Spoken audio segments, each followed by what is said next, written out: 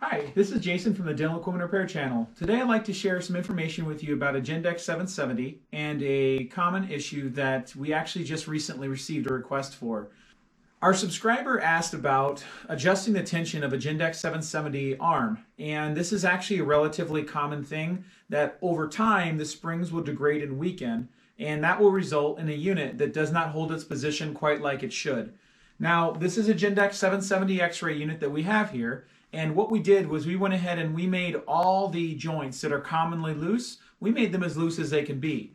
And what we hope to do today is show you exactly how to adjust each one of the joints and just walk you through that process and how to get at all the places you need to and the special tools you need in order to accomplish this.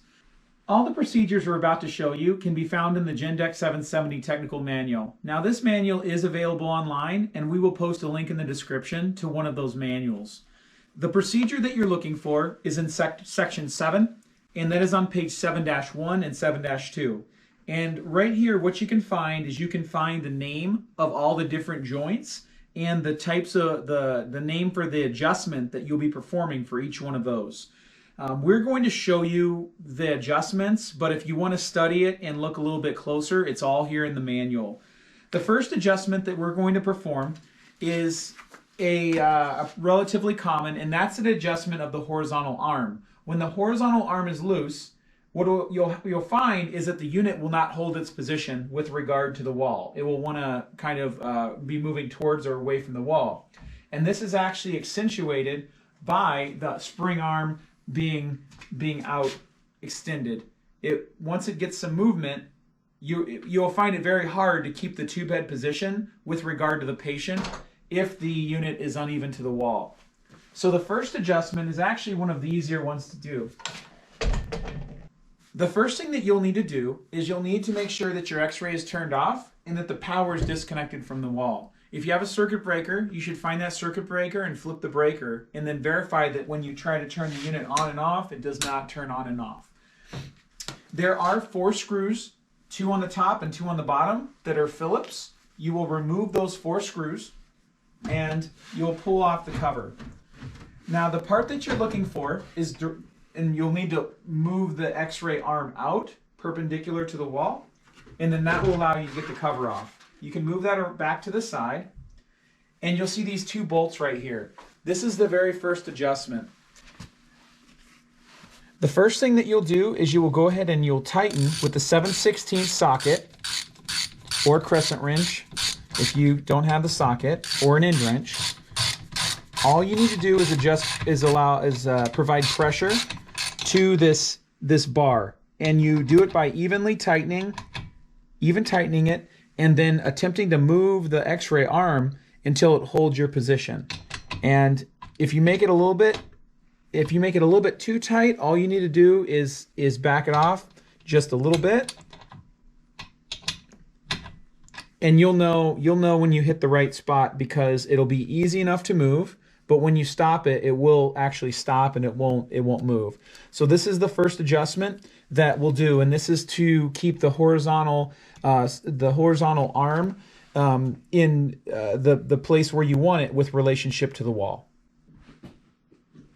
The next 2 adjustments that we'll be covering are the outboard arm balance and the inboard arm balance. So the outboard being out towards the tube head and the inboard being in with relationship to the control. Now the outboard arm balance, you'll know when that's not right, because when you go to set it in a position, right, you lift it up and it won't hold the position. All right, it'll just drift down. Now the adjustment for this is actually right here underneath this cap, and the cap is concealed usually underneath covers that are like this cover. Now these covers can be removed by pulling up and then down, and then that will reveal this area. Now, as a side note, these covers, they don't age very well. They tend to get banged up. And what I recommend is move covers from more highly visible places to areas that are less visible for a more aesthetically pleasing room. So I'm going to put this one back because we're going to need to get in there.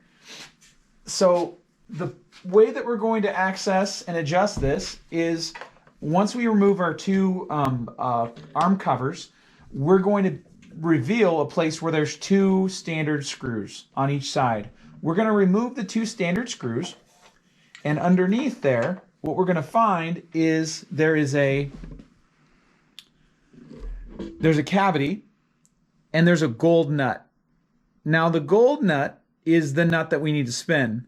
This is a 3/4 inch nut, and this is a scenario where you actually need Gendex's tool in order to do this. Now what this is a 3/4 socket that's on a pipe. Now this pipe right here is about the width of my hand, and that is roughly 8 inches. Now the reason that we have it like this is because there's actually a shaft that you'll see. So there's a shaft that is sticking through the nut, and a standard socket will actually hit the nut, or it'll hit the actual rod on the center of the nut and prevent it from engaging the flats of your socket like it needs to. So the way that this goes in there is this will go in, and we'll just aim it, and it will stab right on there. Now this is engaged, and now you can take a screwdriver or a tool and put it in there, and in order to tighten it, you need to turn it clockwise. Now we had to go quite a few times counterclockwise in order to get this thing to misbehave. So I'm going to need to turn it quite a few times to get it fixed again. So all you do is you just go around in circles, and you're going to just try not to break any of the wiring or damage anything. And the way you're going to know when you've got enough is you're going to end up with the spring arm is going to hold position, and the spring arm will hold position in every position that you leave it. So in other words, the thing that was driving you crazy isn't going to be driving you crazy anymore, because this X-ray is going to stay where it should be. And you have to take the socket out in order to try it. So we'll go ahead and... All right, now with this position, this adjustment I just made is the one that will allow it to hold horizontally. All right, and what you want is you want to set it, you want to push it down, and you want it to stay down without continuing to go any further. All right, and I would say that's a good adjustment. Now we can come back and make a final adjustment if this doesn't seem to hold when we're doing our final check, but we're going to go ahead and advance to the next adjustment. Now this adjustment, you will need a ladder, and this is actually the inboard arm. Now the inboard arm on this scenario is very that's very loose. Okay, so if you notice that this arm right here, if you can tell where your problem's at, because it will be the joint, it'll be the only joint that's moving. Like this joint right here is very stable, but that joint right there is the one that's moving. Now on top here, this will be a little bit challenging to see, but the way we adjust this is we get that up high, and those covers are just, it's just the way that it is. So if you break some covers, just know you can't make an omelet without breaking some eggs. We're going to get up here on the ladder because you have to actually be at the upper level of where it's at. And there's a similar situation to what we have had on the other side. And we'll bring you in here.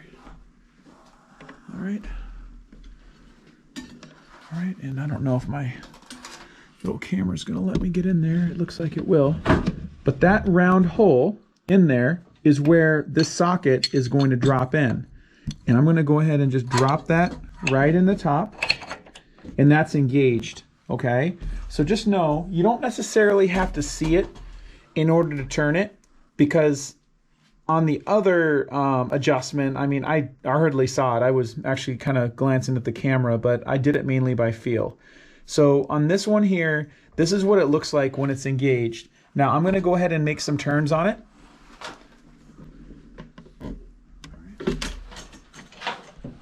And again, we're going to turn it clockwise to tension it. And this one, we went quite a few. Probably for your adjustment, it's only going to need 1 or 2 turns. So we'll get my ladder out of the way so I can test it while I'm adjusting it.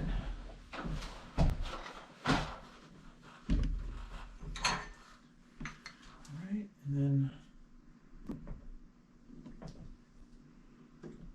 then that should hold position. Now, it's good to test these with the arm in differing positions, because the further out the tube head is, the more weight that's going to be putting on this inboard arm. So I'll maybe put a little bit more on there. And again, it's a little bit, maybe a little bit by braille here. Back in there. And this really just appears to be 3/4 pipe that's been stretched out to create that sort of a 3/4 a socket situation there. So, I mean, conceivably, you could go to a machinist and have them make this tool for you. It doesn't look like it would be incredibly hard to produce. There might even be something at Lowe's or Home Depot in the water heater section. I have seen this sort of wrench there as well. See, that feels like that's going to do it for us, because now it's all the way out. We're not going side by side, side to side. And everything's relatively easy. Now with x-rays, the thing too to keep in mind is that when an x-ray is in its almost stowed position, it's kind of hard to hold the position of the tube head when it is very close to closing. So sometimes what you might have to do is you might have to take your horizontal arm and get that a little bit closer to the wall, and then actually get your arm further out and create a little bit of distance from the pivot to your patient so that you have a more open angle for it to hold the position of the x-ray. Because once it's really closed, those springs are trying to real hard to get it back together. And so that's something to keep in mind. Now the final adjustment that we have not covered yet, this is the outboard adjustment on the horizontal arm. And this outboard adjustment is this one right here. And this adjustment is these 2 screws. And what that adjustment is this arm drift right here. So this arm drift going from side to side. So to make this adjustment, we're going to need a 5/32 Allen wrench. And that 5/32 Allen wrench is going to go in basically in these 2 Allen wrench, these 2 Allen head screws right here. And usually what I'll do is try to kind of tighten them both. I know they each do a different thing, but if you're going to find either one or the other's loose, and if you over tighten it, what you'll find is that the arm will be too hard to move. And so I just put a little bit of tension on each one and kind of work from there. You shouldn't have to tighten these a whole lot, but they are definitely very accessible and easy to maneuver, easy to change without having to really affect too much else. All right, and now, before, when we had our x-ray tube head that was really drifting around, this is much more firm. And then your x-ray tube head, there's actually a stop in there that keeps it from going further than a full revolution. And you know, there are some things in here that you want to really not mess with and be careful for. This is the extent of what we would say, you know, it's obviously in the maintenance manual for how to do this, and I would follow those procedures very carefully. Again, this is a great example of a request that one of our viewers had. And with regard to dental equipment, we see this stuff every day, in and out, and we would love nothing more than to get more requests and start to really provide the information that you're seeking. In the meantime, please tell your friends about us. Please tell your colleagues. We're here to equip and to give the dental community information that will help you to be happier with some of your older equipment. We realize some of the discontent with dental equipment leads to old equipment being replaced, and maybe we can do something here to help you save a little bit of money and extend the life of this revenue generating equipment. So again, thank you for your time. I'm Jason from the Dental Equipment Repair Channel. Wishing you a great day. Thank you.